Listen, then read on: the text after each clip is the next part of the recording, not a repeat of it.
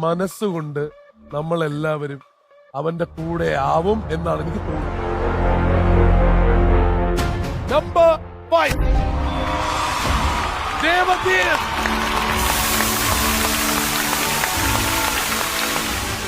Fifth price ആണെങ്കിലും എന്റെ കാഴ്ചപ്പാടിൽ ഇന്നത്തെ ഈ ഷോയുടെ ഹീറോ ഇവനാണ്. കാരണം നഷ്ടപ്പെടുമെന്ന് തോന്നിയ ഒരു സാധനം തിരിച്ചു പിടിക്കാനുള്ള ആ ഒരു വാശി എന്താ അതിന് പറയാന്ന് എനിക്കറിയില്ല. അത് നമ്മൾ നേരിട്ട് കണ്ടാണ്.